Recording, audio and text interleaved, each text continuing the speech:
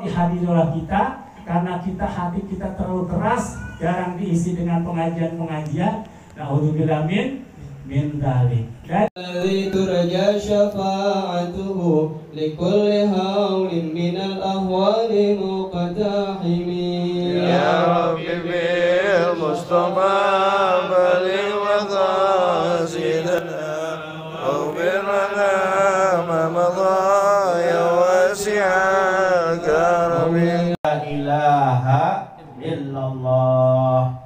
Ucapan atau bacaan la ilaha illallah yang tadi kita baca. Dalam tahlil kita baca la ilaha illallah, dalam selingan maulid juga kita membaca kalimat la ilaha illallah. Kalimat yang dari mulai kita dijadikan sebagai orang yang bertauhid kepada Allah sampai akhir hayat kita berharap kita mengucapkan la ilaha illallah. Wadnaha, dan iman yang paling rendah imatatul adzan di tariq, buang duri di jalan. Kalau kita ketemu batu di jalan, kalau kita ketemu sampah di jalan, kita buang, itu tanda iman. Sebaliknya kalau orang buang sampah di jalan, bagaimana tuh? Ada nggak yang orang buang sampah di jalan begitu barangan tuh? Banyak, masya. Insyaallah jangan kita tiru, ya. Buang duri, buang sampah di jalan itu ciri kita beriman kepada Allah Subhanahu wa taala. Wal haya'u syu'batun minal iman, dan malu juga bagian dari iman. Lalu apa yang malu apa yang disebutkan oleh Rasulullah SAW? Hadis dari Abdullah bin Mas'ud dalam Sunan Tirmidzi, ada dalam Imam Ahmad juga ada di kedua kitab ini.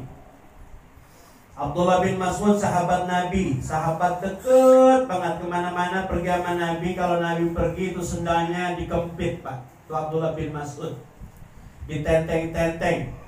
Makanya kita kalau ada kiai, ada orang soleh, sendalnya umpetin, ya, umpetin, dirapin, jangan dibawa pulang. Ya enggak, dirapin, diamanin supaya apa? Supaya enggak hilang gitu. Jangan sampai ada kiai begitu pulang ceramah, udah saya mana ini, kacau panitia begitu. Abdullah bin Mas'ud orangnya kecil, kalau kita nyebutnya kate. Satu hari naik pelepah kurma, kemudian betisnya tersingkap angin, ditawai nama sahabat. Lima tadhakun, kata Nabi, ngapa tawa? Banyak tertawakan betisnya Abdullah bin Mas'ud. Apa kata Rasulullah? Betis yang kau tertawakan itu jika ditimbang dengan gunung Uhud lebih berat betisnya Abdullah bin Mas'ud. Dalam riwayat lain, betis yang kau tertawakan itu, kaki tertawakan itu kelak akan menempati surganya Allah Subhanahu wa ta'ala. Ini ada pesan bahwa Allah tidak melihat wajah, Allah tidak melihat bentuk fisik, tapi yang Allah lihat hati dan amal perbuatan kita. Begitu hadirin jamaah yang berkumpulan. Rasulullah SAW keluar menemui sahabat, ada Abdullah bin Mas'ud yang meriwayatkan hadis ini. Kata Rasulullah, istahyu minallahi haqqal haya. Saudara-saudara, hendaklah kalian malu kepada Allah dengan sebenar-benarnya malu. Qala, Abdullah bin Mas'ud berkata, qulna, kami bertanya, kami kemudian bertanya kepada Rasulullah seraya menyampaikan, qulna ya Rasulullah, inna lanastahyi alhamdulillah. Ya Rasulullah, kami malu kepada Allah, alhamdulillah. Laisa kadzalik, bukan itu malu yang kalian persangkakan. Kata Rasulullah, man istahya minallahi haqqal haya, barang siapa yang malu kepada Allah dengan sebenar-benarnya malu, falyahfad ar-ra'sa wa ma dawa. Barang siapa yang malu kepada Allah Subhanahu wa ta'ala, yang pertama falyahfad ar-ra'sa, jaga kepala, wa ma hawa. Hawa itu apa yang terkandung dalam keinginan yang ada di kepala itu. ada keinginan untuk melakukan sesuatu. Di sana di kepala itu ada telinga. Begitu Ibnu Katsir menafsirkan hadis ini dan beberapa ulama yang lain, ada telinga, ada mata, ada mulut, semuanya ada di kepala.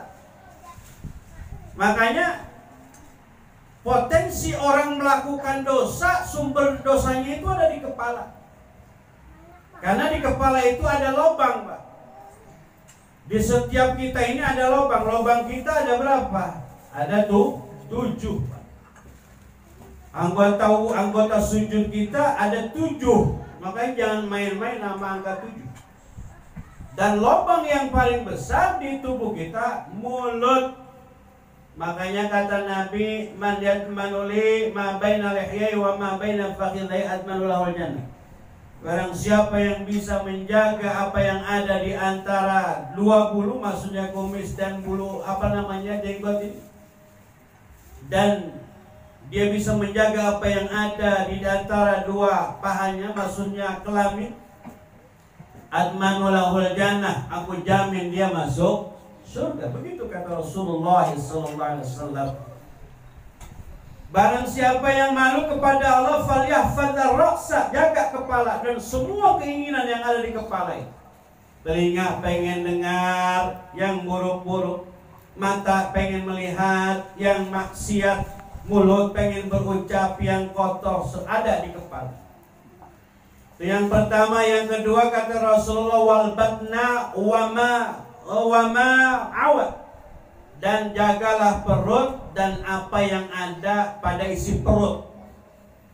Maksudnya apa ini? Perut harus terhindar min al-mahrumat, haram, hal-hal yang diharamkan, makanan dan minuman yang diharamkan oleh Allah Subhanahu wa ta'ala.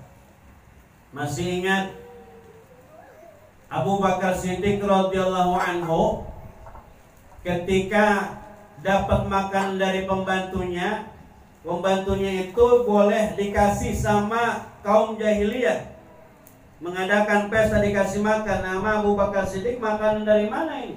Tuan, kata pembantunya, setiap malam kalau saya bawa makanan, Tuan nanya makanan dari mana, makanan dari mana. Tapi sekarang apa nggak nanya, kata pembantunya. Abu Bakar Siddiq kemudian menjawab, kalau bahasa kita kudu kubur lapar.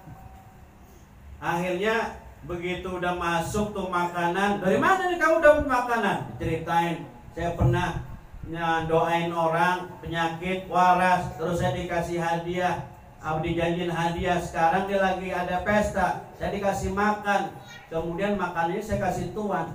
Apa kata Abu Bakar Siddiq? Gila kamu. Tahu bahasa kita, kamu mau membunuh aku?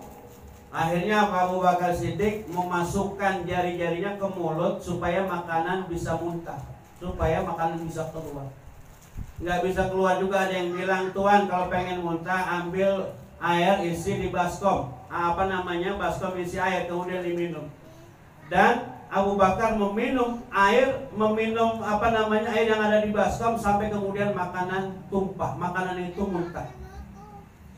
Ada yang bertanya, sebegitu khawatirkah Anda dengan makanan itu? Apa kata Abu Bakar? Jika makanan itu tidak bisa keluar dari minuman ini, maka aku rela menukar nyawaku demi makanan ini. Subhanallah. Makanan yang sebetulnya halal, tapi menurut Abu Bakar itu masih masuk kategori makruh. Makruh dalam batasan sahabat itu haram.